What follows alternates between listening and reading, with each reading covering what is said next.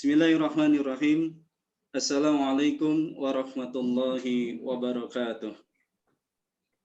Waalaikumsalam warahmatullahi wabarakatuh. Alhamdulillahilladzi Salam. kataba alaina syiyam fi sahri Ramadan. Wasilatan littaqwa wa tarbiyatan fil amali wal kalami wan najwa. Usalli wa usallimu ala nabiyil mustafa wa ala alihi ahli sidqi wal wafa. Wa ba'du, hadirin Bapak Ibu, shaimin wa shaimat, jemaah Masjid Al-Ikhlas di Tian Migas dan rekan-rekan rahimakumullah yang senantiasa gabung pada kajian online Ba'da Asar hari Senin ini. Mudah-mudahan kita selalu ada dalam sehat walafiat dan ada dalam ilmu yang bermanfaat. Amin ya rabbal alamin. Amin ya rabbal alamin. Baik, untuk kajian sore ini, insya Allah adalah kajian bersama guru kita, Ustadz Dr. Abdul Mutali PhD. Beliau merupakan Direktur Pusat Kajian Islam Timur Tengah dan juga salah satu dosen UI.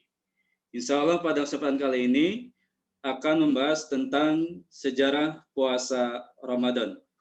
Untuk itu pada para jemaah, kajian berlangsung, mohon untuk menjaga adab taklimnya. Untuk sementara audio dan video di on-mute terlebih dahulu, dan setelah kajian pada sesi diskusi atau tanya jawab silakan di-mute kembali.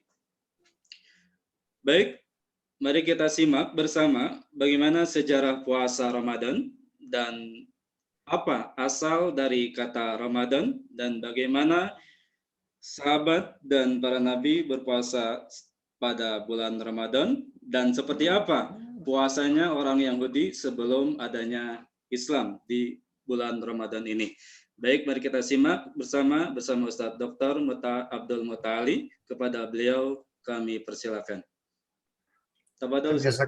Jazakallah khair Ustadz Budi. Saya izin share screen ya. Oh iya, Ustadz.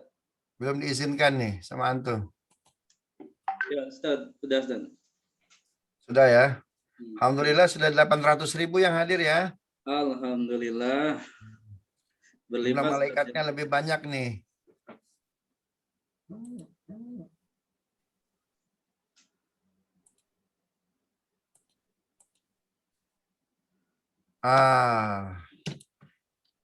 Sudah nampak belum? Sudah, Ustaz. Assalamualaikum warahmatullahi wabarakatuh. Assalamualaikum warahmatullahi wabarakatuh. Bismillah. Wassalatu ala rasulillah. La hawla wa la quwata illa billah. Rabbi syrah li sadri wa yassir li amri wa hlul 'uqdatam min lisani yafqahu qawli. Waj'al li waziran min ahli, amma ba'd. Jemaah sekalian, shaimin shaimat, ikhwafillah yang dimuliakan Allah, tak terasa hari ini kita masuk hari ke-14 di bulan suci Ramadan. Padahal Selasa tanggal 1 Ramadan kemarin kita baru memulai puasa Ramadan, tiba-tiba sudah 14 hari. Nanti 20 hari, nanti 25 hari, nanti selesai Ramadan. Larinya begitu cepat. Dan Al-Quran memang menyatakan Ramadan ini larinya sangat cepat. Ayyaman ma'dudat. Di Ramadan itu hanya beberapa hari saja yang larinya sangat cepat. Karena itu kalau kita tidak memaksimalkan, kalau tidak kita memanfaatkan, sayang betul. Momentum Ramadan nggak dapat apa-apa. Itulah kata Nabi yang dimaksud dengan hadisnya, Rubba sha'imin laisa lahu min siyami indal ju' wal 'atash. Banyak orang puasa nggak dapat apa-apa kecuali lapar dan dahaga saja. Ini kalau kita istilahkan nih ngabuburit ya, nganyonyore ini, Pak Budi ya. Ya, jadi terminologi ngabuburit, nganyonyore itu istilah itu ada secara semantis ya, tetapi perilakunya berbeda memang. Jadi para sahabat itu walaupun berbuka kata Nabi itu adalah waktu menyenangkan, membahagiakan, Tapi coba lihat perilaku Nabi, perilaku para sahabat. Ketika menjelang maghrib mereka sedih itu. Kalau dibaratkan main bola, ya ini sedang semifinal atau sedang final. Ini masih kebobolan 0-1, padahal menit sudah 87. Jadi Nabi dan para sahabat itu tidak pernah memposisikan ketika mau masuk maghrib, itu seharian full, itu seolah-olah dipakai waktunya untuk ibadah. Tidak. Maksimum itu diposisikan kalau main bola itu draw, Kang Budi. Ya, main bola 90 menit, menit ke 87, sisa berapa menit? Sisa 3 menit. Kita kebobolan 1, sisa 3 menit. Kira-kira yang dilakukan apa itu Pak Budi? Kang Budi. Apa kira-kira tuh? Habis-habisan, Ustaz. Habis-habisan. Habis-habisan. Kita, subhanallah. Jadi istilah ngabuburit ini kecenderungannya negatif ya. Kecuali alhamdulillah sekarang kita diadakan dengan kajian. Ini ada ke mall. Ngapain ngabuburit, main HP, ngabuburit, nonton TV, ngabuburit, sayang betul. Justru para sahabat itu tos-tosan gitu. Habis-habisan. Karena kalau sudah maghrib ya sudah. Maka dihitunglah nilai puasa hari itu kita berapa nilainya. Ya interval 1 sampai 10 kira-kira di berapa? Di 6 aja udah alhamdulillah itu Kang Budi. Pak Firdaus ya. Kita yang dikhawatirkan ini di bawah 50 ya. 50 aja udah cek ini, apalagi 49. Ya Allah. Begitu ya. Baik sahabat-sahabat jemaah sekalian yang dimuliakan Allah. Coba kita lihat sebetulnya berdasarkan riwayat-riwayat yang sahih yang bisa dipertanggungjawabkan. Kenapa sih Allah syariatkan puasa Ramadan? Ada 6 riwayat nih Pak. Jadi saya menemukan ini bertahap ini. Saya menemukan tahun lalu 3, tahun sebelumnya 2, kemudian tahun lalu saya dapat 3. Jadi karena memang penelusuran hadis-hadis ini cukup berat dan mesti mengecek secara sejarah betul nggak itu terjadi bertepatan dengan Ramadan. Kemudian kita cek kualitas hadisnya sahih atau tidak begitu. Makanya penemuan hingga sampai 6 ini selama penelitian 3 tahun. Mungkin tahun depan nanti akan 7 atau akan 8, Pak Firdaus ya. Tergantung penelitian kita. Karena itu mudah-mudahan kita selalu diberi kesehatan agar menjadikan Quran Sunnah ya sebagai objek yang harus kita teliti, yang harus kita pahami begitu. Baik. Rukun Islam ada 5. Bunyal Islamu ala khamsin. Syahadati an la ilaha illallah. Wa anna Muhammadar Rasulullah. Wa iqamis salati. Wa ita'iz zakati. Wa shaumi ramadhana. Wa hajjil baiti man istata'a ilaihi sabila. Hadisnya itu Nabi ungkapkan sekaligus. Ya, tetapi sebetulnya implementasinya, pelaksanaannya bertahap. Rukun Islam yang pertama syahadat. Tentu ini di awal kenabian. Rasul sudah memperkenalkan syahadat kepada para sahabat, kepada manusia, kepada masyarakat Mekah kala itu. Salat ini sebagai rukun Islam yang kedua baru di-announce ini resminya setelah Isra Mi'raj. Tapi sebelum Isra Mi'raj ada juga salat. Ya, Nabi salat sebelum Isra Mi'raj. Namun salatnya sendiri-sendiri dan hanya malam hari. Jadi Pak Budi kalau ditanya, adakah Nabi sholat sebelum Isra Mi'raj? Ada, cirinya 2.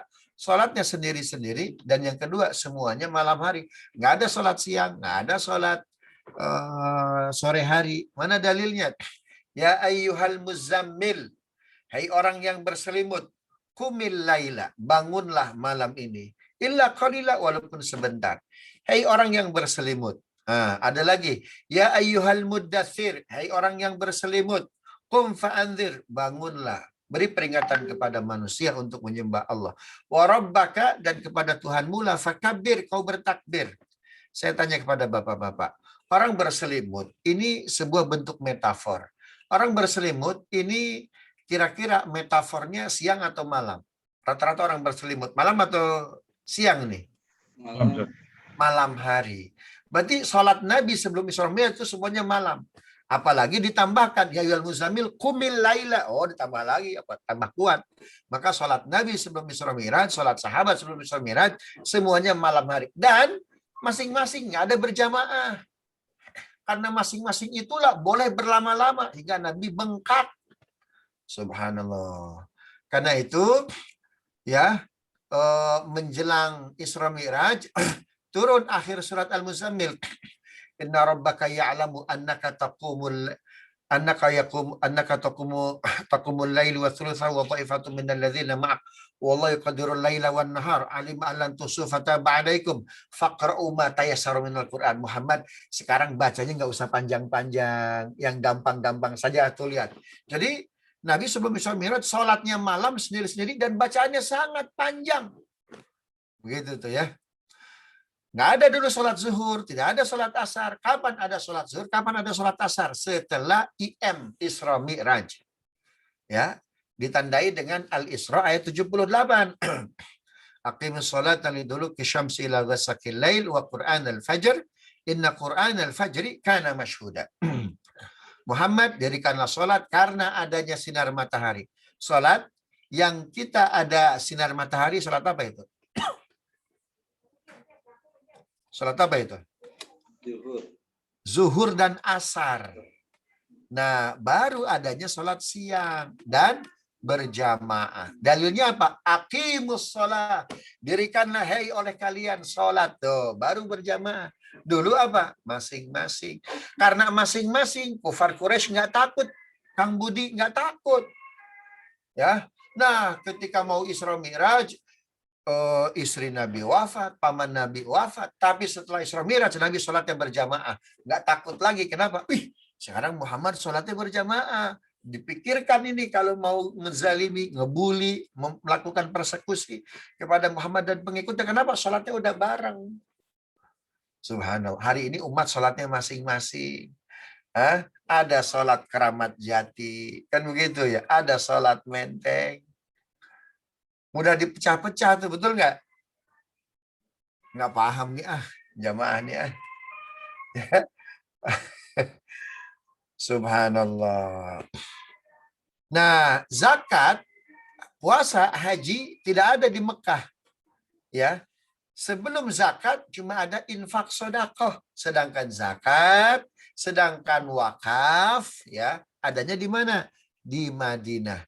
Nabi lahir 12 Rabiul Awal, Nabi wafat 12 Rabiul Awal, Nabi tiba di Madinah pun 12 Rabiul Awal.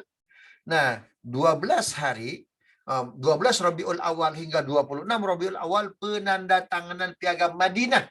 Ketika itu berdirilah negara Madinah. Untuk keberlangsungan sebuah negara yang baru saja berdiri, otomatis perlu biaya kan? Nah, biaya ini diambil dari mana? Dari zakat. Inilah yang menyebabkan kaum muslimin kalangan muhajirin bersedih. Kenapa? Karena mereka nggak punya dana, nggak punya uang. Uangnya ditinggal di Mekah, kebunnya di Mekah, ladangnya di Mekah. Dulu nggak bisa dikonversi ke SHM gitu, Pak Firdaus. Nggak bisa harta dikonversi ke surat berharga. Kalau punya ladang luas ya sudah di Mekah, nggak bisa dibawa. Nggak bisa disertifikatkan, apalagi sertifikat online, Pak Firdaus. Nggak bisa. Subhanallah. Sehingga orang muhajirin walaupun kaya di Mekah, tiba di Madinah fakir. Dan mengatakan muhajirin itu fakir, ya walaupun awalnya mereka kaya. Al-Quran, Al-Hasyr ayat 18. Lil fuqara'il muhajirin. Ya, bagi orang-orang fakir muhajirin. Tuh, lihat. Ya, makanya mereka sedih ketika turun perintah zakat. Ya Rasulullah, kami tidak punya harta yang wajib kami keluarkan zakat. Kami khawatir tidak masuk surga lewat pintu zakat. Subhanallah. Nah, puasa Ramadan yang keempat, sebagai rukun Islam yang keempat, disyariatkan tanggal 2 Sya'ban, hari Senin, tahun kedua Hijriah, bertepatan 2 April 623 Masehi. Haji diperintahkan oleh Allah tahun ke-8 Hijriah, tapi pelaksanaannya tahun ke-berapa? Tahun ke-10 Hijriah. Jadi, berapa tahun tuh masa tunggunya itu? Dari ayat perintah haji sampai pelaksanaan haji wada berapa tahun tuh? 2 atau 3 tahun. 2-3 tahun. 2 atau 3 tahun. Jadi masa tunggu itu bagusnya itu nggak lebih dari 3 tahun, Pak Firdaus. Pak Firdaus nunggu berapa tahun nih? Holas, tapi waktu itu 8 tahun. 8 tahun, ada yang 15 tahun, ada itu nggak nyunah itu. Jadi masa tunggunya kalau berdasarkan riwayat itu maksimum 3 tahun itu ya. Subhanallah. Jadi ONH plus. Itu bagusnya begitu tuh. Subhanallah. Coba lihat. Menjelang disyariatkannya puasa Ramadan hari Senin 2 Sya'ban tahun kedua Hijriah. Coba kita lihat. Perintah disyariatkannya puasa Ramadan ini berdasarkan Al-Baqarah 183 hingga 186. Bismillahirrahmanirrahim. Ya ayyuhalladzina amanu kutiba alaikumus syiyam kama kutiba alal ladzina min qablikum la'allakum tattaqun. أياما معدودات فمن كان منكم مريضا أو على سفر فعدة من أيام أخر وعلى الذين يطيقونه فدية طعام مسكين فمن تطوع خيرا فهو خير له وأن تصوموا خير لكم إن كنتم تعلمون شهر رمضان الذي أنزل فيه القرآن هدى للناس وبينات من الهدى والفرقان فمن شهد منكم الشهر فليصم ومن كان مريضا أو على سفر فعدة من أيام أخر يريد الله بكم اليسر ولا يريد بكم العسر ولتكملوا العدة ولتكبروا الله على ما هداكم ولعلكم تشكرون وإذا سألك عبادي. Nah, begitu ya. Nah, jadi Al-Baqarah 183, 186 ini turunnya satu paket nih, Pak. Ya, satu paket. Dan ini kewajiban puasa Ramadan berlangsung. Jadi Al-Baqarah 183 hingga Al-Baqarah 186 ayat ini berlaku untuk Ramadan tahun kedua, tahun ketiga, dan tahun keempat Hijriah. Ya. Sedangkan Al-Baqarah ayat 187 dan 188 wala ta'kulu amwalakum bainakum bil batili wa tudlu biha ilal hukam. Nah, ini Al-Baqarah 188. Ini diturunkan kapan? Berlaku untuk tahun kelima Hijriah Ramadan. Memangnya ada implikasi hukumnya? Ada. Ya. Dari tahun kedua, ketiga, keempat Hijriah, ya, puasa Ramadan ketika itu karena Al-Baqarah 187 turunnya bukan pada paket pertama tapi pada paket kedua. Padahal pada Al-Baqarah 187 itu isinya apa itu? Isinya wahilla lakum lailatas syiyamir rafathu ila nisaikum hunna libasul lakum wa antum libasul lahun. Pada malam hari boleh bagi kalian, hai para suami, mendekati istri-istri Anda. Mereka baju bagi kalian, kalian baju bagi mereka. Artinya apa? Dengan adanya Al-Baqarah 187, di siang hari tidak boleh mendekati istri, tapi malam hari boleh. Namun, Al-Baqarah 187 ini diturunkannya tahun kelima Hijriah. Subhanallah. Berarti 3 tahun kaum muslimin puasa Ramadan, jangankan siang, malam pun tidak boleh mengunjungi istri-istri. Subhanallah. Bisa dipahami Bapak Ibu ya?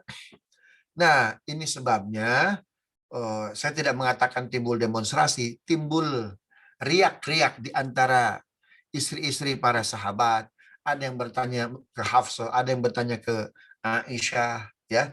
Ada yang bertanya ke Ummu Habibah, ya Ummul Mukminin. Suami kami mendatangi kami hanya ketika berbuka dan ketika sahur. Di luar 2 waktu itu mereka tidak pernah mendatangi kami. Aisyah tersenyum, istri-istri Nabi yang lain tersenyum. Kemudian disampaikan kepada Rasulullah SAW, Nabi pun tersenyum. Maghrib tanggal 3 Ramadan tahun kelima Hijriah turun Al-Baqarah 187. Uhilla lakum lailatas syiyamir rafathu ila nisaikum. Malam hari boleh, hei kalian para suami, mendatangi istri. Subhanallah. Ketika ayat ini turun, istrinya Umar itu sedang lewat Masjid Nabawi. Senangnya luar biasa istrinya Umar. Lalu, tapi dia nggak berani langsung Masjid Nabawi kan, karena kebanyakan di dalam Masjid Rasulullah itu adalah kaum Adam.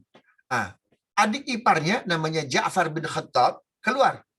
Ja'far, tolong kasih tahu kakakmu bahwa di malam hari sekarang boleh. Ya, karena Al-Baqarah 187 sudah turun. Bilang ke kakakmu, tolong temui kakakmu ini. Subhanallah. Datang tuh Ja'far, kakak Umar. Itu ada kakak ipar, minta kakak pulang. Enggak, aku di sini aja. Subhanallah. Ini kira-kira bapak-bapak nih kan 3 tahun, jangan hanya, bukan hanya siang ya, malam kita nggak boleh mendatangi istri nih. Subhanallah. Tiba-tiba boleh nih. Kira-kira gimana tuh Kang Budi? Oh, merdeka kita itu. Merdeka katanya. Subhanallah. Tapi para sahabat enggak, biasa-biasa aja. Ya, enggak, biasa-biasa aja. Subhanallah. Karena para sahabat ingin memaksimalkan puasa, bahkan ingin mempuasakan 8 anggota jiwa raga kita. Ada 7 anggota badan kita itu yang memproduksi maksiat, Pak.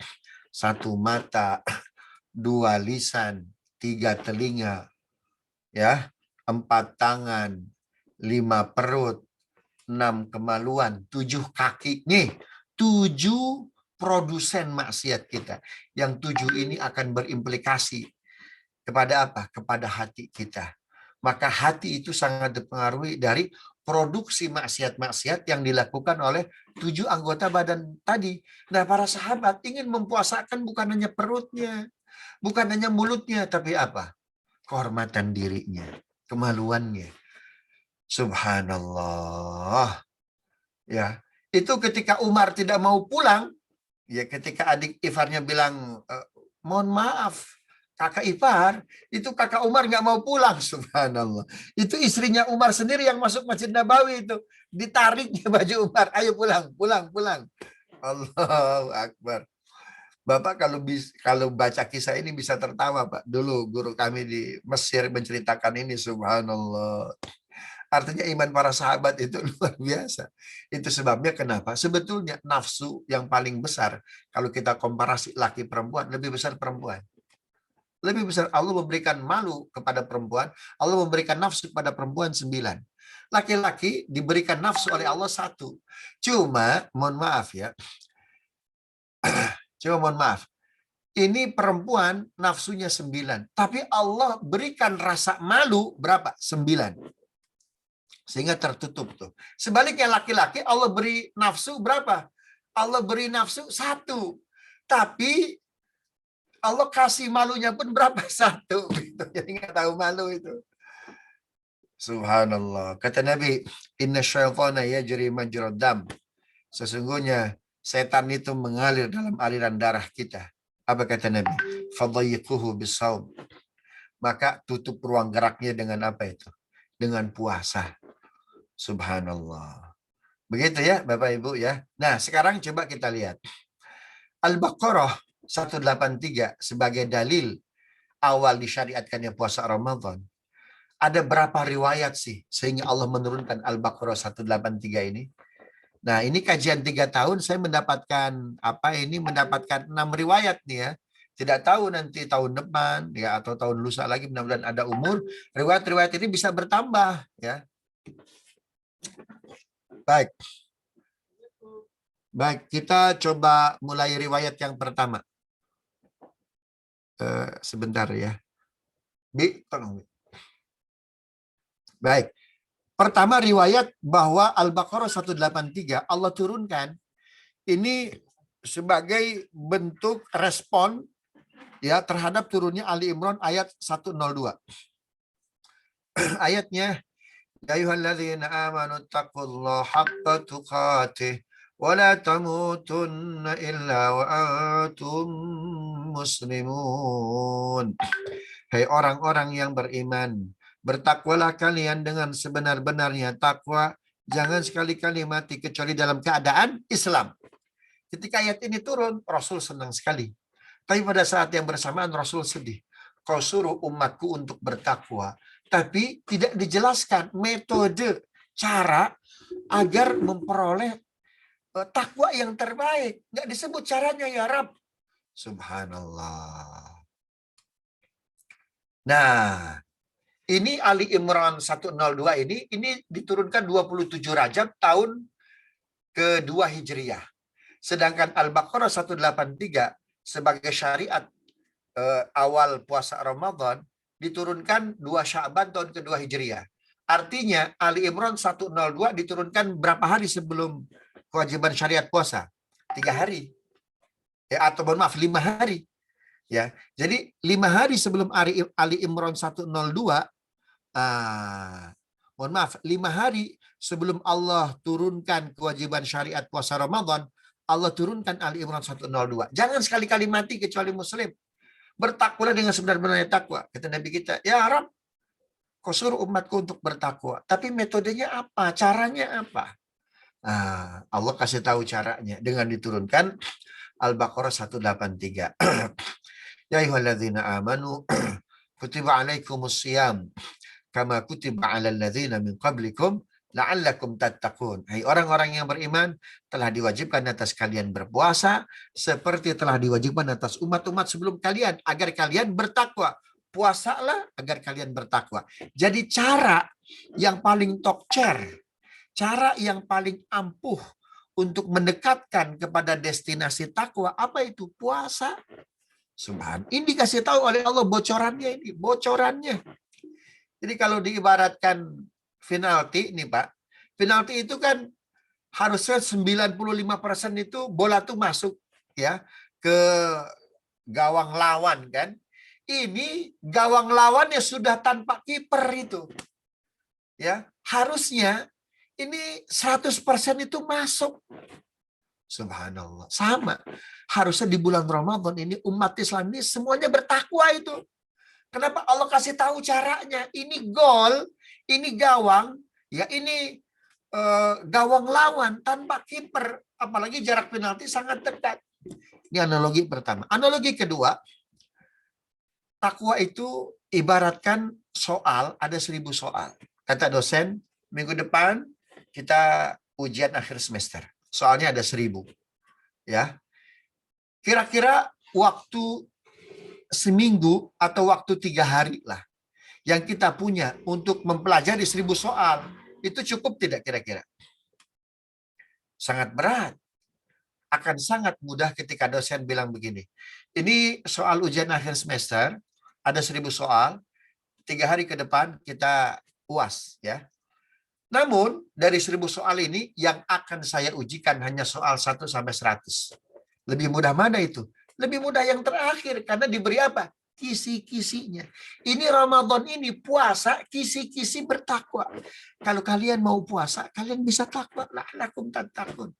Subhanallah. Karena itu maksimalkan, langitnya dibuka, nerakanya ditutup.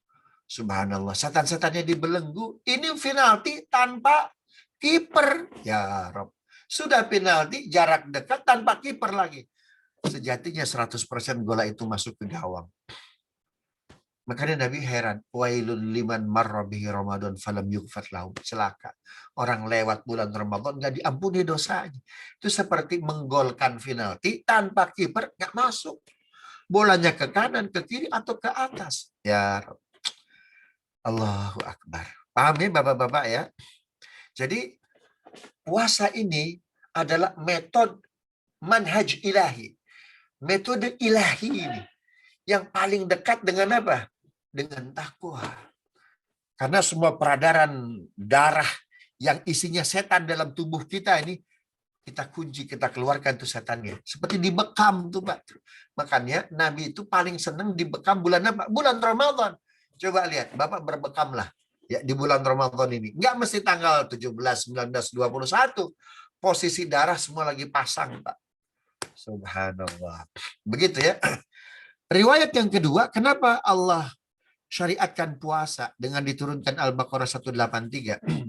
Karena pada hari yang sama, 27 Rajab tahun kedua Hijriah, pagi hari, siang hari Allah turunkan Ali Imran 102, siang harinya Allah turunkan Al-Baqarah 216, kewajiban berperang.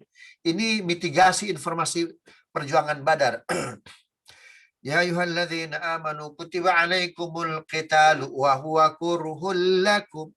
Hai orang-orang yang beriman, telah diwajibkan atas kalian berperang.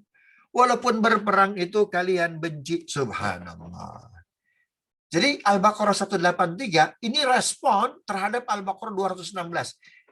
Beberapa bulan ke depan kalian akan perang Badar.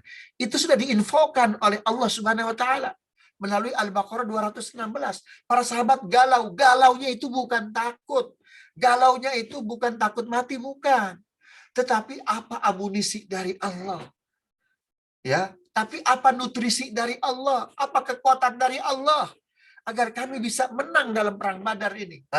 Ternyata amunisinya Al-Baqarah 183. Apa itu? Puasa. Jadi puasa itu amunisi yang tokcer dalam kemenangan perang Badar. Berarti kalau puasa itu amunisi, maka hadis naumus shaimi ibadah, tidurnya orang yang berpuasa ibadah, ini menjadi palsu. Apalagi hadis itu diriwayatkan oleh Kaisar Roma. Subhanallah. Bisa dipahami ya? Bapak-bapak ya? Subhanallah. Tuh riwayat yang kedua. Riwayat yang ketiga, kenapa Allah syariatkan puasa Ramadan? Kenapa Allah syariatkan puasa Ramadan dengan ditandai turunnya Al-Baqarah 183? Karena ya, akhir Rajab, 2 hari setelah 27 Rajab, 29 Ramadan, turun lagi tuh Al-Baqarah 183. Subhanallah. Jadi Al-Baqarah 183 ini turun semuanya di akhir Rajab. Ini semua riwayatnya sahih ini, Pak. Ya, Allah turunkan itu Al-Mu'minun ayat 1 sampai ayat 11. Akhir Rajab nih. Mohon maaf. Ya, akhir Rajab tahun kedua Hijriah. Atau 2-3 hari sebelum Allah turunkan syariat Ramadan. Al-Mu'minun ayat 1 sampai ayat 11 ayatnya berbunyi Bismillahirrahmanirrahim. Qad aflahal mu'minun alladzina hum fi salatihim khashi'un walladzina hum lizzakati fa'ilun walladzina hum 'anil lagwi mu'ridun walladzina hum li furujihim hafizun illa 'ala azwajihim aw ma malakat aymanuhum فإنهم غير ملومين فمن ابتغى وراء ذلك فأولئك هم العادون والذين هم لأماناتهم وعهدهم راعون والذين هم على صلواتهم يحافظون أولئك هم الوارثون الذين يرثون الفردوس هم فيها خالدون. Al-Mu'minun ayat 1 hingga ayat 11 berbicara tentang surga yang paling tinggi derajatnya, yaitu surga Firdaus. Surga Firdaus itu ada kenikmatan spesial bagi para penghuni surga tersebut, yaitu apa? Kenikmatan melihat wajah Allah, kenikmatan melihat fisik Allah, ya, kenikmatan melihat jati diri Allah Subhanahu wa taala. Kita sholat tiap waktu lillahi ta'ala. Kita sholat karena Allah Ta'ala. Yang kita hadapi abstrak. Tapi kita iman. Pertama, karena ciptaannya membuktikan keberadaannya. Karena informasi Nabi membuktikan keberadaannya. Dan karena iman kita, Quran mengatakan Allah itu ada. Virus saja tidak terlihat. Tapi hasil kerjanya nampak. Ada 46.000 manusia Indonesia. Allah kuras, Allah wafatkan dengan virus ini. Nggak kelihatan dia. Walaupun besarnya 0,25 nanometer.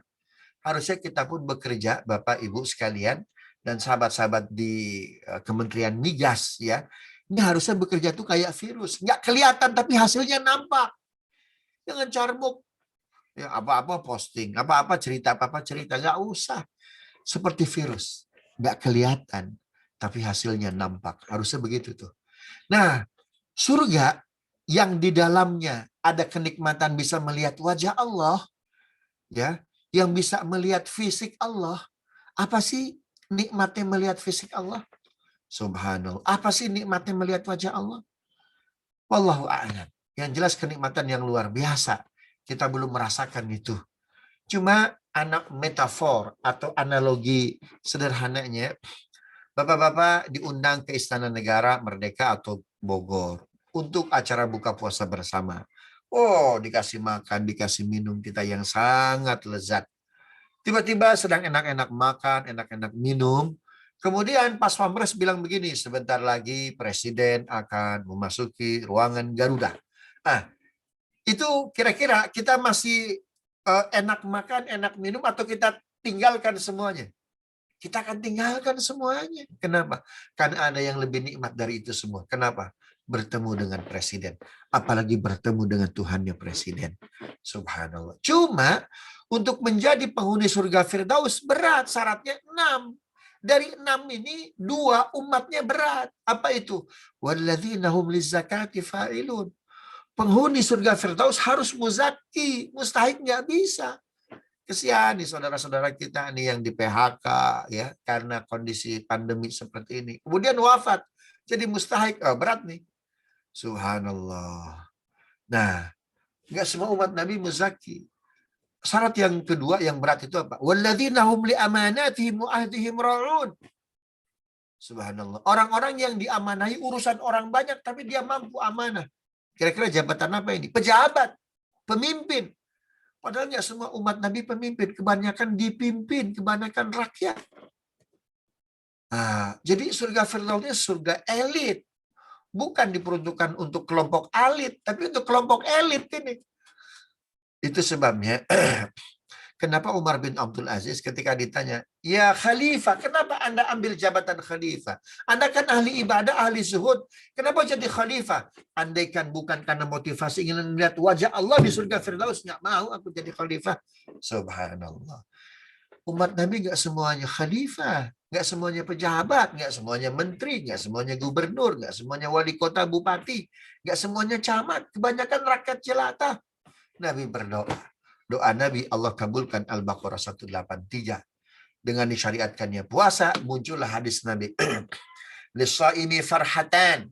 Orang yang berpuasa punya dua kebahagiaan. Yang pertama farhatun indal iftar. Kebahagiaan ketika berbuka. Dan yang kedua, wa farhatun inda ru'yati rabbih. Kebahagiaan ketika bisa melihat, menyaksikan dengan kasat mata, fisik, wajah, muka Allah Subhanahu wa ta'ala. Oh, nikmat betul. Subhanallah. Jadi, orang yang puasa Ramadan, walaupun level surganya bukan Firdaus, walaupun bukan level surga tertinggi, surganya surga level homestay. Bintang 3 lah. Atau tanpa bintang homestay itu. Tapi bagi yang puasa surga Royan, dia bisa menyaksikan wajah Allah, fisik Allah. Oh, nikmat betul. Paham Bapak-Bapak ya? Yang keempat saya tidak akan jelaskan di sini karena sangat sensitif. Saya langsung lompat ke nomor keberapa? Ke nomor 5. Ya, ke nomor 5.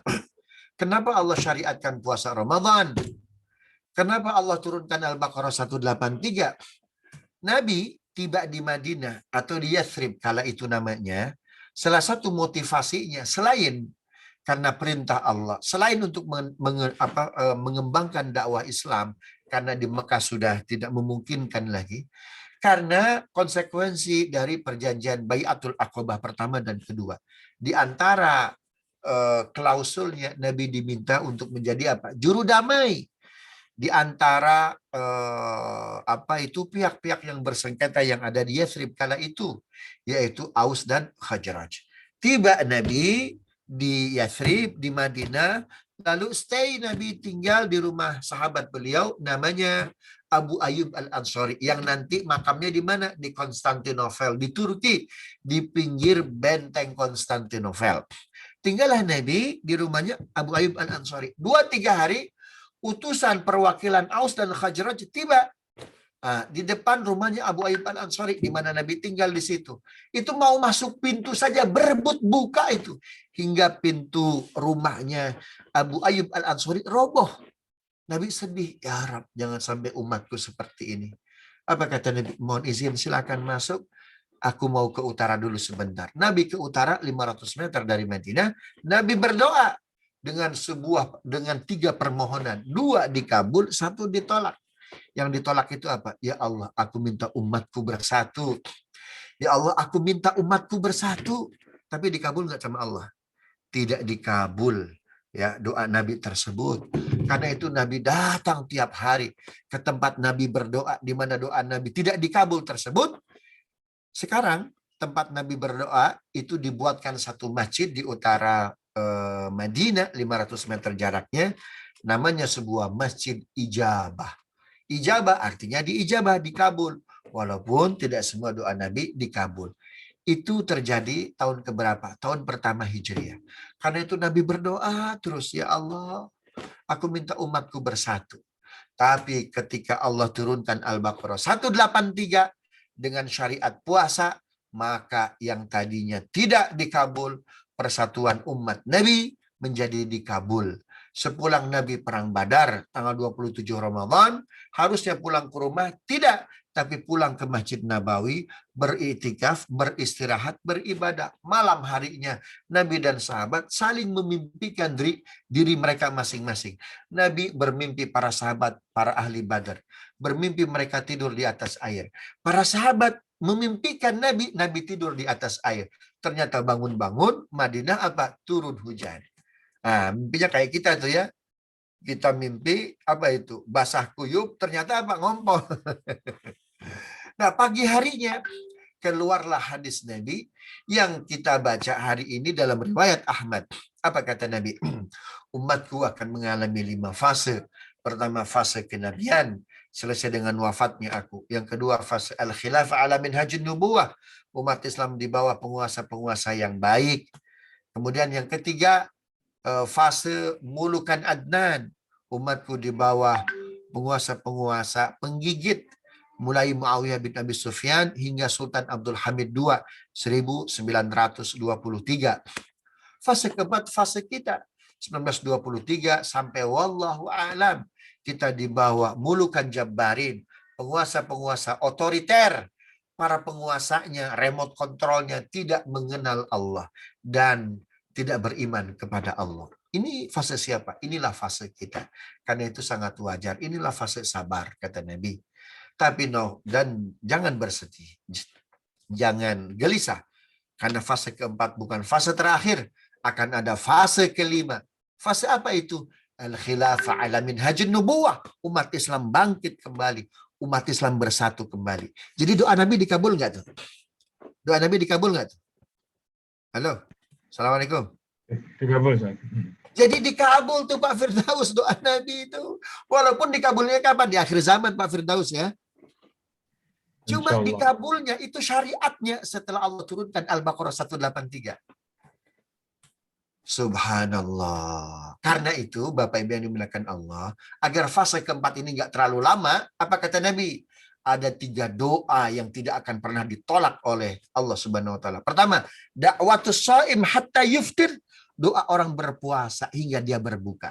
Jika ingin fase kelima ini, fase kebangkitan persatuan, cepat datangnya, baguskan puasa kita. Perbanyak doa agar ruwaibidah tidak terlalu lama. Yang kedua, yang tidak akan ditolak doanya oleh Allah Subhanahu wa taala, da'watul mazlumin. Doanya orang-orang yang dizalimi. Subhanallah.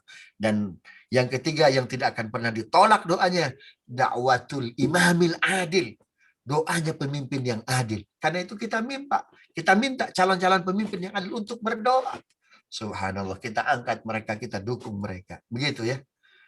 Nah, terakhir yang keenam, ya, terkait riwayat yang bisa dipertanggungjawabkan. Kenapa Allah syariatkan puasa Ramadan? Ada istri Nabi wafat di bulan Ramadan, tapi belum disyariatkan puasa Ramadan. Siapakah beliau? Khadijah. Khadijah wafat 11 Ramadan. Nabi sedih betul, sedih betul. Kenapa? Khadijah ini luar biasa. Sampai Nabi diingatkan kebaikan Khadijah dalam sebuah surat. Surat itu namanya surat Ad-Duha. Alam yajidka yatiman fa'awa. Wa wajadaka dhalan fahada. Wa wajadaka ailan fa'aghna.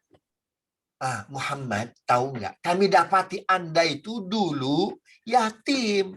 Lalu kami ayomi Anda. Muhammad, tahu nggak?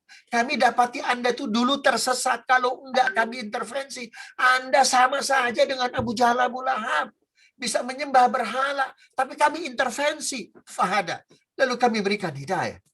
Muhammad, tahu nggak? Dulu kami dapati Anda tuh fakir. Ailan. Fa'aghna. Kami kayakan Anda. Subhanallah. Dengan cara apa? Allah nikahkan dengan Khadijah.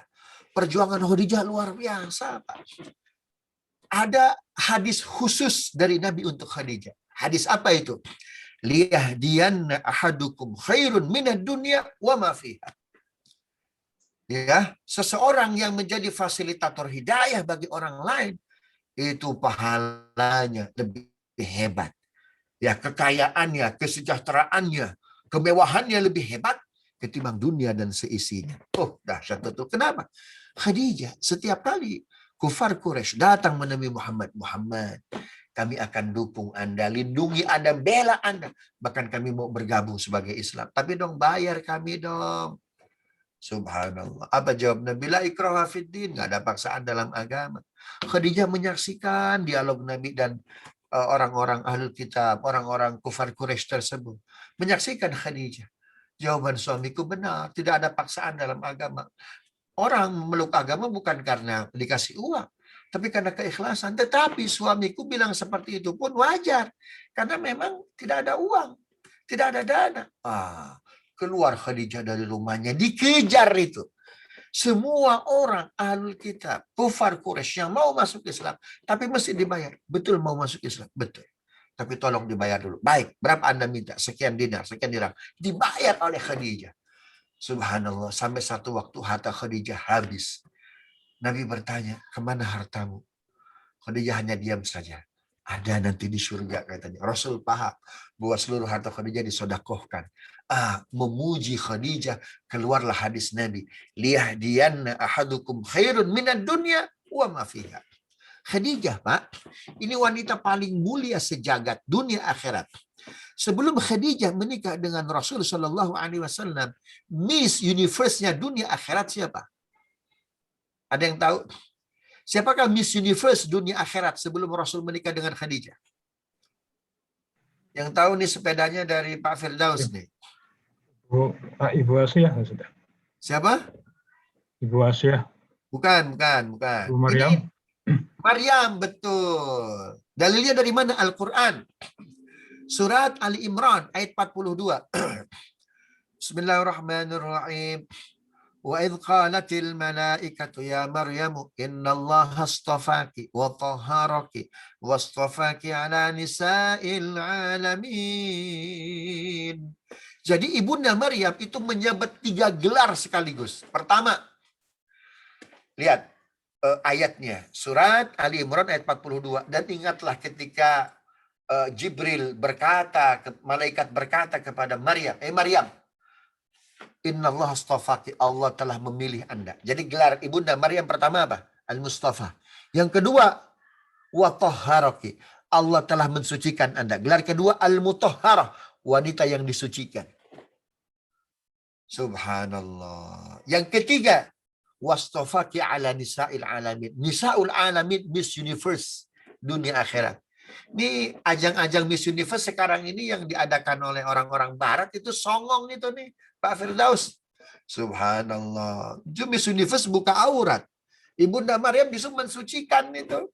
Dari hal-hal yang kayak gitu tuh disucikan oleh Allah. 3 gelar disabet sekaligus oleh Maryam binti Imran, ibundanya Nabi Isa alaihissalam. Itulah wanita terbaik di muka bumi kala itu. Tapi ketika Khadijah dinikah oleh Rasulullah Shallallahu Alaihi Wasallam, Khadijah langsung naik ke peringkat pertama. Tidak ada yang bisa mengungguli sampai hari kiamat. Subhanallah. Mana dalilnya? Ya, laqad akhadhat Maryam laqad akhadhat Khadijatu kulla jawaiza Maryam. Istriku Khadijah menyabat seluruh gelar ibunda Maryam. Bal annaha aktsar, tetapi justru Khadijah lebih utama. Annahal kubra. Ada gelar yang tidak dimiliki oleh Maryam binti Imran, yaitu apa? Khadijah punya gelar yang keempat. Apa itu? Al-Kubra. Subhanallah. Jadi Al-Mustafa, mohon maaf, ibunda Maryam Al-Mustafa, Khadijah Mustafa, tapi Mustafanya terpilihnya itu lebih besar. Paham ya? Ibunda Maryam Al-Mutahharah wa tahharaki Al-Mutahharah, tapi Khadijah Al-Kubra, Kubra Mutahharah, disucikannya lebih besar. Wastafaki ala nisa'il alamin, ibunda Maryam wanita pilihan, ya Miss Universe-nya dunia akhirat.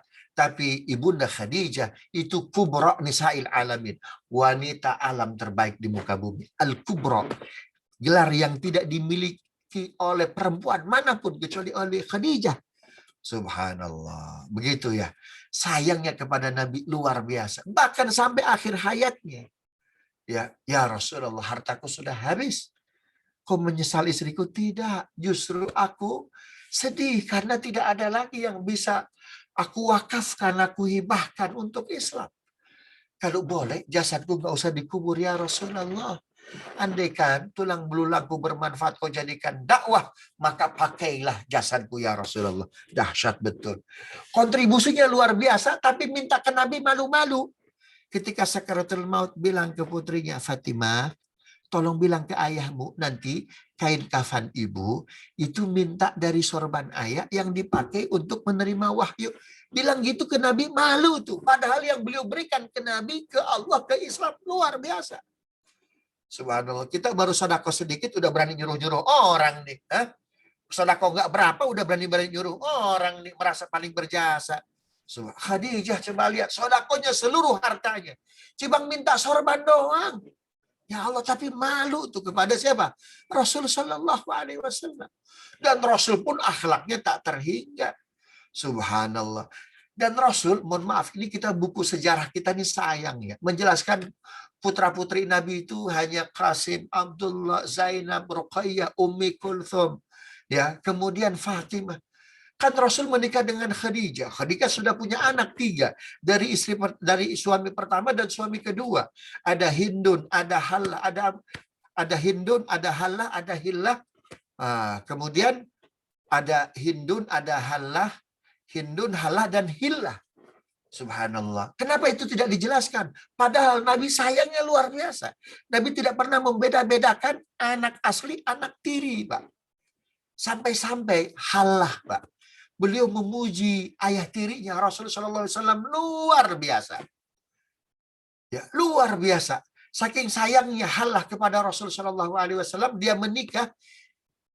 Dia ingin tinggal di mana? Di Madinah. Karena dia tahu nih, ini Rasul pasti akan tinggal di Madinah. Karena Rasul pernah bermimpi, aku bermimpi hijrah di satu negeri yang banyak pohon kormanya. Di antara perempuan, di antara seorang anak yang mendengar hadis itu Hallah. Siapakah Hallah? Putrinya Khadijah dari suami yang pertama, Abu Atiq. Berangkatlah dia ke mana? Ke Madinah. Lalu dia siapkan segala sesuatunya. Kenapa orang-orang Ansar, kenapa orang-orang Yathrib, orang-orang Madinah datang menemui Nabi? Tolong Rasul bantu kami, bantu agar Aus dan Khazraj tidak bertempur. Kenapa? Ini atas inisiasi putri tiri Nabi, yaitu Hallah. Tahukah Bapak Ibu yang dimuliakan Allah? Setibanya Nabi di Kuba, setibanya Nabi di Madinah, syair, bait-bait yang memuji Nabi. Tala'al badru alaina min thaniyatil wada wajaba syukru alaina mada'a lillahi da. Tahukah Bapak Ibu siapa yang menciptakan syair ini? Yang menciptakan syair ini tidak lain adalah putri tiri beliau, namanya Hallah binti Atiq. Ini seorang anak tiri, sangat sayang, sangat memuji, bangga kepada ayah tirinya.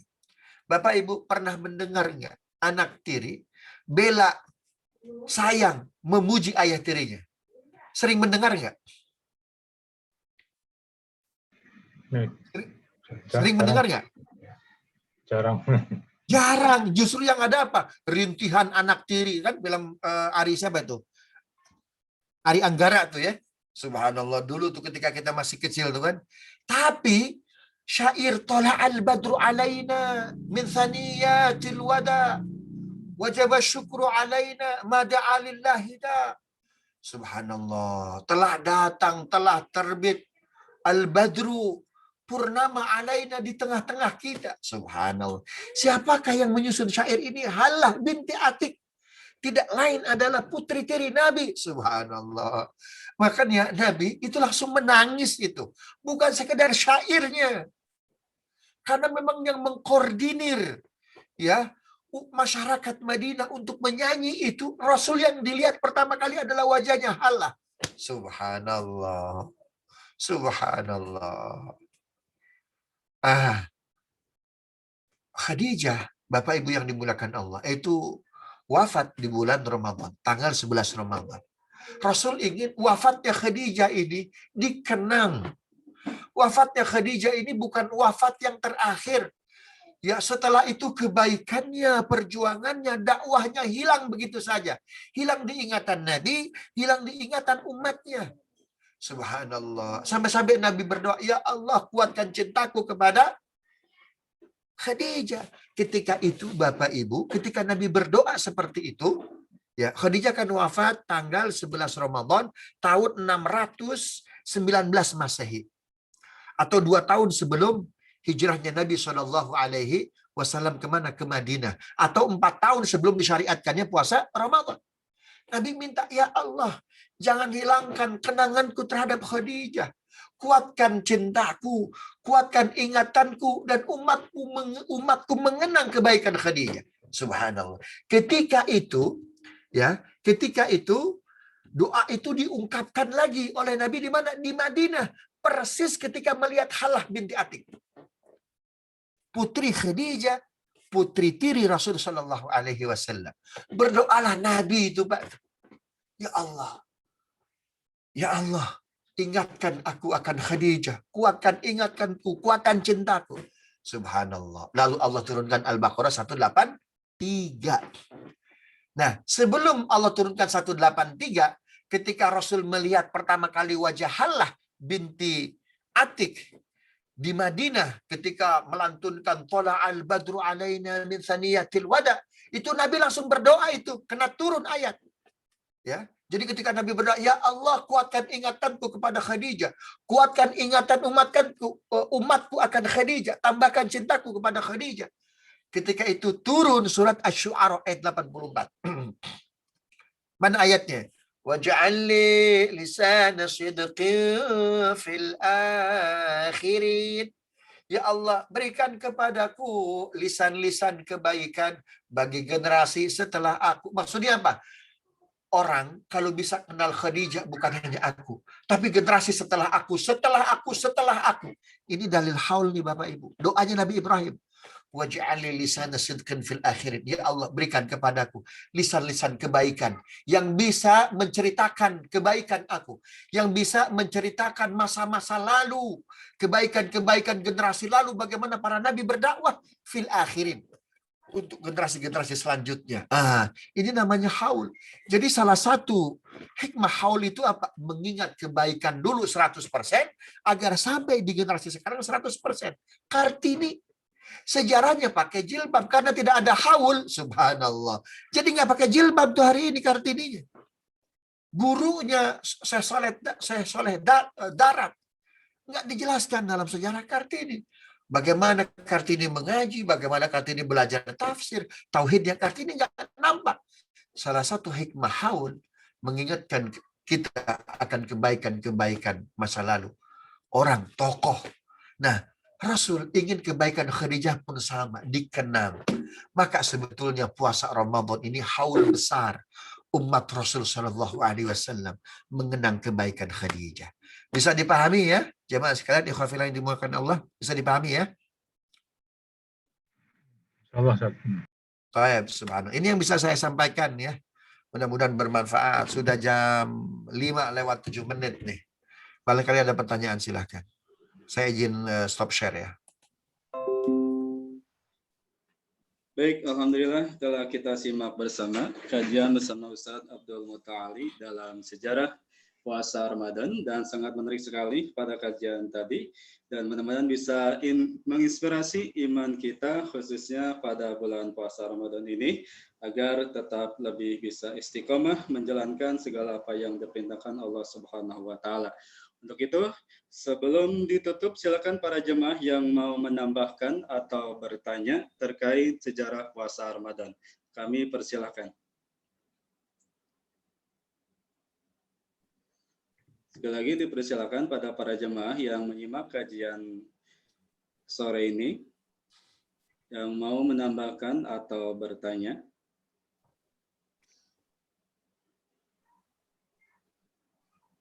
Dipersilakan.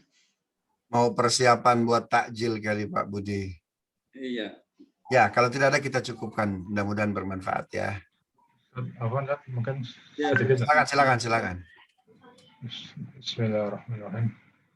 Ustaz, mungkin mohon gambaran atau penjelasan antara momentum Ramadan dengan pasca Ramadan, Ustaz. Mungkin tinjauan sejarah ada kali, Ustaz, ya?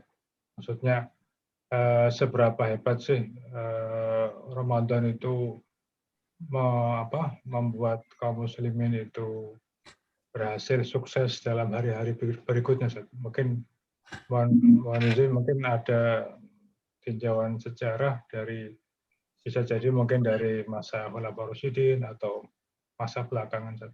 Syukran, Ustaz. Baik, jazakallah khair. Bagus pertanyaannya Pak Firdaus ya. Jadi bagaimana tinjauan historis perilaku para sahabat menjaga kualitas Ramadan walaupun di Syawal, Zulqa'dah, Zulhijjah, Muharram, ya, kemudian Safar, Rabiul Awal, Rabiul Akhir, Jumadil Awal, Jumadil Akhir, Rajab, Sya'ban, kembali lagi Ramadan, itu kualitasnya sama seperti Ramadan. Kita sekarang baca Quran, tilawah ini jamaah takdim ini. Saya menghatamkan Quran 3 kali untuk 11 bulan ke depan. Itu jamaah takdim tilawah itu.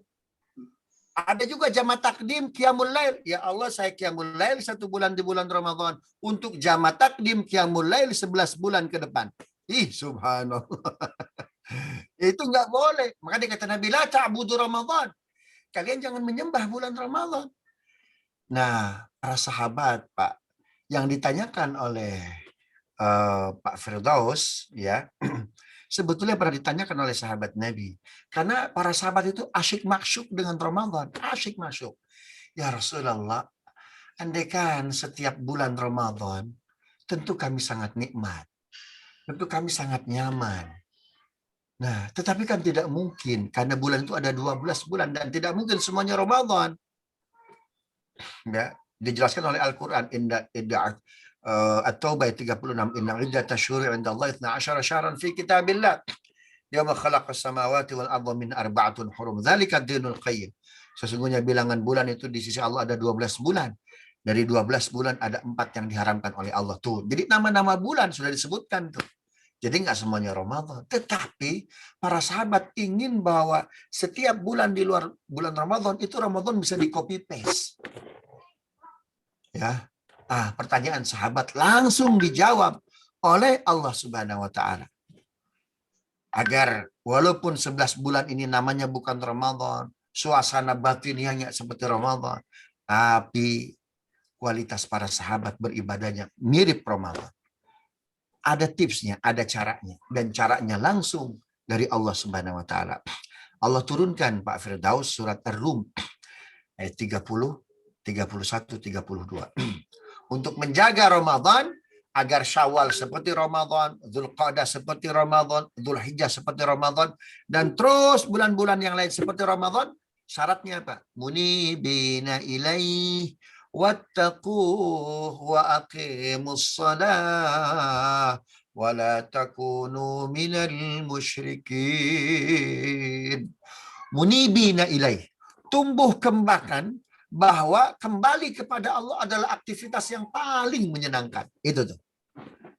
Ya, jadi cara pertama agar menjaga suasana Ramadan bisa kita copy paste di luar Ramadan, pertama al-inabah.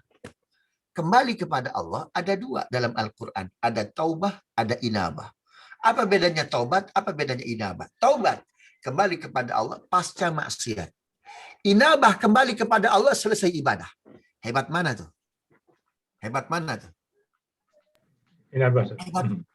Hebat yang kedua, inabah. Kembali kepada Allah selesai tobat wajar. Tapi selesai beribadah, Pak, kita bertobat. Ya Allah, ibadahku nggak seberapa. Makanya Nabi doanya itu, Allahumma a'inni ala dzikri, ya Allah bantu aku untuk mengingat Engkau, bersyukur kepada Engkau, dan baguskan ibadahku. Khawatir apa? Nggak benar ibadahnya, kurang zikirnya. Subhanallah. Itu zikir inabah namanya tuh Pak Firdaus. Jadi jika ingin Ramadan di copy paste di luar Ramadan, syarat pertama, tips dari Allah, munibina ilaih. Ar-Rum ayat berapa tuh? Ayat 31. Ya. Ayatnya ketemu nggak? Ketemu nggak, Kang Budi? Ya, munibina ilai. Bahwa kembali kepada Allah adalah aktivitas yang paling menyenangkan. Analoginya begini deh. Saya di rumah ada asisten rumah tangga. Saya bilang ke si Bibi, nggak usah pulang kampung ya. Oh, pulang kampung boleh Ustaz. Ya nggak boleh itu mudik katanya. Rupanya dia sadar berita juga itu. Enggak lah, pokoknya mau mudik, mau pulang kampung, kalau bisa Ramadan ini nggak usah pulang kampung, Lebaran. Enggak, Ustaz, saya pulang aja. Saya bayar 2 kali lipat gajinya ya. Enggak, Ustaz. 3 kali lipat juga nggak mau. Kenapa? Walaupun rumah jelek, kampung nggak seperti di Jakarta, fasilitas serba ada. Tapi Lebaran mah kudu pulang. Ya, ketemu sanak pemilihan Daytolan. Dulu sebelum pandemi, sobat, orang bermacet-macet ria, betul nggak? Sampai motor isinya 4 orang. Betul nggak Pak Budi? Motor itu isinya 4 orang. Subhanallah. Walaupun berpanas-panas ria, Lebaran mah kudu pulang. Kenapa? Karena pulang kampung adalah aktivitas yang paling menyenangkan. Harusnya pulang ke kampung akhirat. Ya, harusnya pulang ke kampung akhirat. Pulang ke Allah adalah aktivitas yang paling menyenangkan. Allahu Akbar, keren. Zuhur lagi. Allahu Akbar, Allah, keren. Udah asar lagi. Subhanallah. Asar telah tiba. Asar. Ini Allah Akbar. Ya, payah bener. Bentar lagi azan. Bentar azan. Sebentar azan. Sebentar sodakoh. Dia itu nggak ada itu karakter inabah. Itu nggak ada. Subhanallah. Jadi merespon perintah Allah, merespon ibadah itu dengan dengan kegembiraan. Itu inabah. Tapi kalau kita merasa Ramadan ini jalannya cepat dan kita menikmati Ramadan cepat berlalu, biar cepat Ramadan. Kalau bisa besok diadakan rapat isbat untuk 1 Syawal. Subhanallah. Itu enggak inabah itu, enggak munibina ilallah. Subhanallah. Begitu ya. Begitu Pak Firdaus ya. Wallahu a'lam bishawab. Syarat yang lain masih banyak itu. Jadi pertama inabah, yang kedua takwa, yang ketiga salat, yang ketiga jangan musyrik. Itu 4 tips dari Allah untuk menjaga Ramadan. Kita copy paste di 11 bulan selain bulan Ramadan. Wallahu a'lam bishawab. Baik, ini ada satu lagi Ustaz dari via chat. Boleh? Silakan. Dari Pak Lutfi terkait etika Ustaz. Saya izin bertanya, berhubung tidak bisa cuti dan masih dalam kondisi pandemi, nah gimana kiat untuk mengoptimalkan itikaf, Ustaz? Sekarang memang kondisi ada pandemi, begini ya. Jadi begini nih, hadis terkait pandemi itu, coba lihat. Bilal itu ketika Madinah ada wabah, setelah hayya 'alas shalah, apa kata Nabi? Bilal tolong tambahkan. Setelah hayya 'alas shalah, sallu fi rihalikum, sallu fi buyutikum. Salatlah di rumah-rumah kalian. Salatlah di kendaraan-kendaraan kalian. Maksudnya apa? Yang sakit, yang batuk, yang flu, yang OTG, jangan dulu ke masjid. Tapi tidak ada dalil ya, yang sehat tidak ke masjid. Yang segar bugar tidak ke masjid. Justru yang sehat ke masjid, doakan yang tidak sehat agar sehat. Doakan agar pandemi cepat berlalu. Jadi nggak ada cerita masjid di lockdown zaman Nabi. Madinah ada wabah, tapi Masjid Nabawi tetap ada. Cuma dengan prokes memang. Maksudnya apa? Prokesnya yang batuk, yang flu, yang ada gejala sakit jangan dulu ke masjid. Tapi yang sehat tetap ke masjid. Saya tanya, dokter yang meninggal banyak nggak? Dokter yang meninggal karena COVID banyak tidak? Banyak. Banyak. Nakes yang meninggal karena COVID banyak tidak? Banyak. Banyak. Ada nggak rumah sakit di lockdown ditutup? Ada nggak? Nggak ada. Nggak ada. Padahal masjid lebih utama untuk dibuka. Subhanallah. Cuma ada kan prokes. Di kita kan sholat sudah berjarak, pakai masker, tidak jabat tangan. Kita doakan yang sakit, yang wafat jadi syuhada. Yang sakit cepat sembuh. Corona cepat Allah angkat. Ini semua di lockdown. Bagaimana kita berdoa? Subhanallah. Jadi, itikaf silakan ke masjid. Kasih tahu pengurusnya, buat prokes yang kuat, buat prokes yang ketat. Tapi memang jika masjid tersebut tidak dibuka, jangan memaksakan diri. Jadikan rumah-rumah kita sebagai masjid. Innal arda wasi'atun. Al-ardu kulluha masjidun, kata Nabi. Bumi itu seluruhnya masjid. Dalam kondisi darurat, silakan itikaf di rumah. Tapi terkadang di rumah serba ada, apalagi ada istri, Kang Asep. Ya, apalagi ada anak, makanan banyak, nanti nggak fokus kita. Tapi kalau kondisi bisa diatur, silahkan. Namun, jika ada masjid menyediakan itikaf dengan prokes yang sangat kuat, itu lebih baik. Namun, jika tidak, silahkan itikaf di rumah, insya Allah tidak mengurangi pahalanya. Baik, alhamdulillah terjawab Ustaz ya. Ustaz, sedikit lagi Ustaz, menyambung dari pertanyaan Pak Ustaz Firdaus, Ustaz. Tadi terkait kualitas puasa di kualitas takwa di bulan Ramadan. Sehingga kan kita itu pengennya puasa Ramadan ini betul-betul berbuah takwa. Bahkan ulama mengatakan kun robanian walatakun ramadanian. Jadilah hamba yang bertakwa, bukan hanya sebatas di bulan Ramadan saja. Nah, ini ketika di masa pandemi ini Ustaz, kira-kira kualitas takwa kita yang rutinitas di bulan Ramadan ini agar betul-betul tercermin atau mewarnai ke-11 bulannya, itu kira-kira ada amalan andalan nggak, Ustaz? Atau kiat-kiat cerdas gitu, agar tetap kita itu betul-betul memang suasananya kayak Ramadan, walaupun ada di luar Ramadan. Tafadhol, Ustaz. Baik. Nanti silakan ditadabburi Ar-Rum ayat 30, 31, 32 ya. 4 tips dari Allah ini. Al-inabah, kembali kepada Allah. Yang kedua, wattaquh, terus bertakwa. Yang ketiga, salat. Kalau di Ramadan, metode yang paling dekat kepada takwa itu adalah puasa. Tapi di luar bulan Ramadan, metode yang paling dekat dengan takwa, wa aqimus shalah, salatlah. Dalam salat terkadang kita sering bohong. Coba lihat deklarasi kita, proklamasi kita setelah takbiratul ihram apa? Inna sholati wa nusuki wa mahyaya wa mamati lillahi rabbil alamin. Sesungguhnya salatku, ibadahku, hidupku, matiku itu punya Allah. Jadi punya kita mana sebetulnya? Tapi kita terkadang apa? Rumah punyaku, anak punyaku, harta punyaku, jabatan punya aku. Bahkan jabatan orang itu punya aku, istri orang istri aku. Hak orang hak aku. Subhanallah. Kita sering bohong. Makanya kalau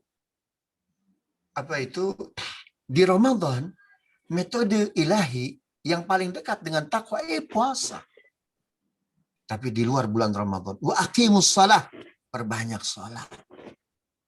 Ya, kita di bulan Ramadan puasa, subhanallah. Jujur kan kita? Berani nggak kita berbohong bahwa kita puasa hari ini? Bahwa kita puasa hari ini? Kita ke kamar lalu minum. Berani nggak kita minum tuh? Nggak berani. Kenapa? Karena Allah Maha tahu. Santri aja saya, ini santri saya ya. Saya kan dulu sebelum pandemi itu buka pengajian Jumat malam Sabtu, khusus para druggers tuh Pak. Ya, orang yang edik dengan narkoba itu kan. Ada 40 santri, sembuh 5, sembuh 5, sembuh 10, sembuh 5, sisa 3. Yang 3 ini yang memang cukup lama, apalagi sekarang terputus karena pandemi ini ya. Ketika Ramadan 2 tahun yang lalu, yang 3 ini mereka ya baru ngaji lah, subhanallah. Masuk bulan Ramadan, teman-temannya terkadang begini, sahabat-sahabatnya. Orang yang sudah hijrah dari narkoba, itu sebetulnya yang paling merasa takut, ini siapa kira-kira? Komunitasnya, betul nggak? Takut diinformasikan keberadaan mereka, diinformasikan ke polisi bahwa mereka dapat ini dari sana, kemudian proses jejaringnya bagaimana. Karena itu tidak jarang ya orang yang sudah hijrah itu dihabisi sama komunitasnya, betul nggak? Nah, santri saya ini yang 3 ini yang sudah hijrah tapi belum begitu kokoh, sama teman-temannya begini, bro, kita ngegelek yuk di Kemang. Sorry bro, lagi puasa. Ya udahlah, minum aja. Sorry bro, puasa. Gua bayarin gratis. Sorry bro, saya puasa. 10 botol. Sorry bro, saya puasa. Udah saya kasih 10 botol ya, plus yang lain-lainnya. Udah deh, kalau gratis mah dan banyak mau deh. Tapi nanti pada maghrib aja ya, katanya. Subhanallah. Lucu nggak kira-kira tuh? Di bulan Ramadan dia yang nggak mau ngebatalin puasa itu. Jadi minumnya ntar aja, ntar malam Mbak, maghrib kita. Subhanallah. Apa artinya?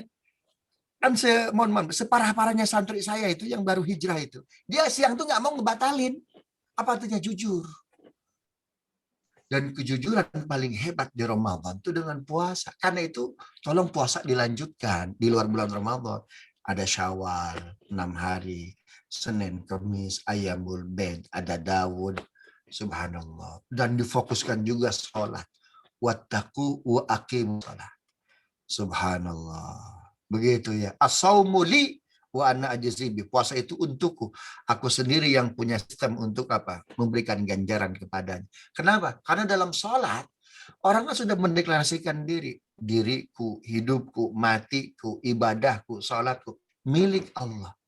Terus yang milik kita mana, Kang Budi? Hah? Yang milik kita mana? Semuanya milik Allah. Nah, apakah nggak boleh kita memiliki dunia? Boleh.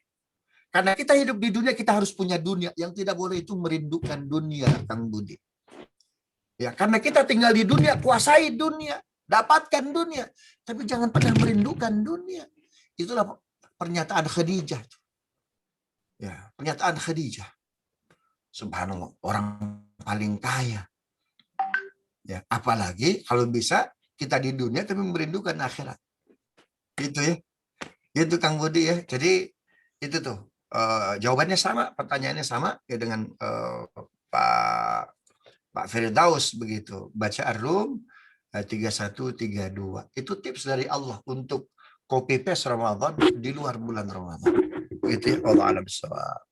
Baik, alhamdulillah Ustaz, kajian kita menarik sekali dan banyak transfer ilmu dan inspirasi iman bagi kita semua dan semua bermanfaat bagi kita semua, dan waktu juga yang mengakhiri kajian sore kita di hari ini. Untuk itu mohon izin Ustaz untuk bisa memimpin doa. Mudah-mudahan kita selalu ada dalam sehat walafiat, ibadah saum kita, tilawatul Quran kita, dan itikaf dan yang lainnya sedekah itu diterima Allah Subhanahu wa taala. Dan terakhir kita juga berharap semoga wabah Covid-19 ini segera berakhir.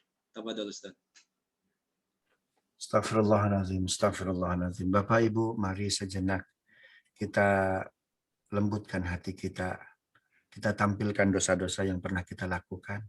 Kita serahkan kepada Allah, untuk Allah ambil, jangan Allah kembalikan lagi. Allah Ramadankan dosa-dosa kita, Allah hancurkan dosa-dosa kita. Mudah-mudahan Allah terima ibadah puasa kita, dan Ramadan ini Ramadan terbaik sepanjang hidup kita.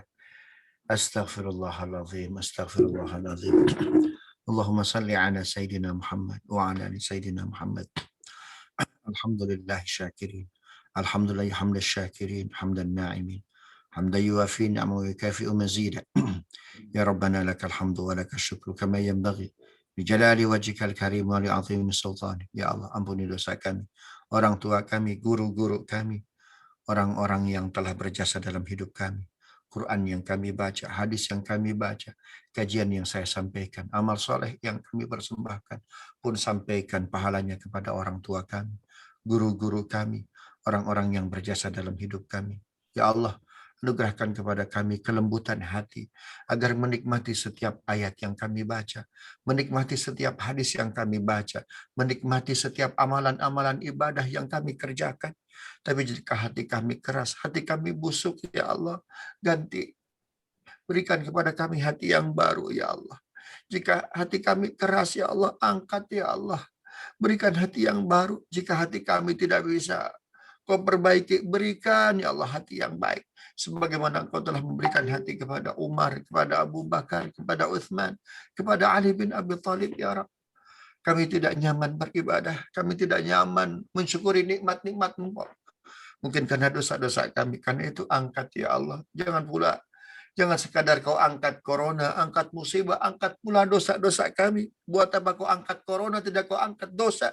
Khawatir Kau akan menurunkan yang lebih hebat dari corona, yang lebih hebat dari seroja. Karena itu angkat seluruh dosa kami, sombong kami, nifak kami, arogan kami, angkuhan kami, ya Allah. Ya Allah, angkat musibah bangsa kami. Kami paham, kami hidup di negara, di bangsa, ring fire, antara cincin api. Mudah saja jika kau gerakkan langit dan bumi akan terjadi musibah. Tapi tidak sulit pula bagi engkau, kau jaga gunung kami, kau jaga laut kami, kau jaga bumi kami, agar tidak menghadirkan musibahnya. Karena itu ya Rabb, kuatkan iman kami, kuatkan tauhid kami, kuatkan iman kami agar kau kuatkan bumi Indonesia kami, laut kami, gunung kami ya Rabb. Ya Rabb, saudara-saudara kami yang wafat karena musibah, karena corona, bahkan karena tenggelamnya KRI Nanggala 402. Jadikan mereka syuhada-Mu. Pertemukan dengan Nabi-Mu. Pertemukan mereka ma'an nabiyyin wa siddiqin wa syuhada'i wa salihin. Wa hasuna ulaika rafiqa. Tumbuhkan pada jiwa kami jiwa-jiwa kepahlawanan, bukan kemunafikan ya Rabb. Kami ingin membangun negara, bukan makan dari negara ya Rabb.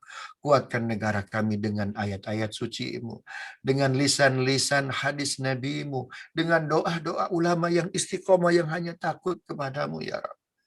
Ya Rabb, jadikan kami beserta orang-orang yang takut kepada Engkau, yang merindukan Engkau, yang berjuang dengan orang-orang yang berjuang bersama Nabi Engkau, bersama para sahabat Engkau ya Rabb, ya Farijal Ham, ya Kashifal Gham, ya Man li abdihi yaghfir wa yarham. Ya Rabb, saudara-saudara kami yang kekurangan cukupkan, yang memiliki hutang bayarkan, yang ditimpa musibah angkat musibahnya, yang banyak masalah uraikan masalahnya ya Rabb, dengan keutamaan-Mu, dengan kekuatan-Mu. Wassallallahu ala sayyidina Muhammadin wa ala alihi washabihi wasallam. Walhamdulillahi rabbil alamin.